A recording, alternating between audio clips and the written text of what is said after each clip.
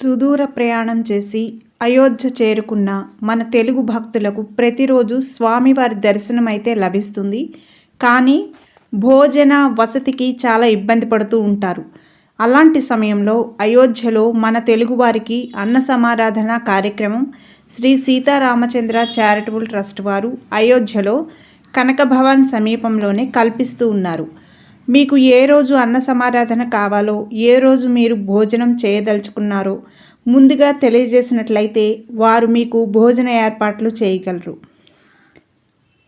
మరిన్ని వివరాల కోసం ఈ ఫోన్ నెంబర్లని సంప్రదించండి.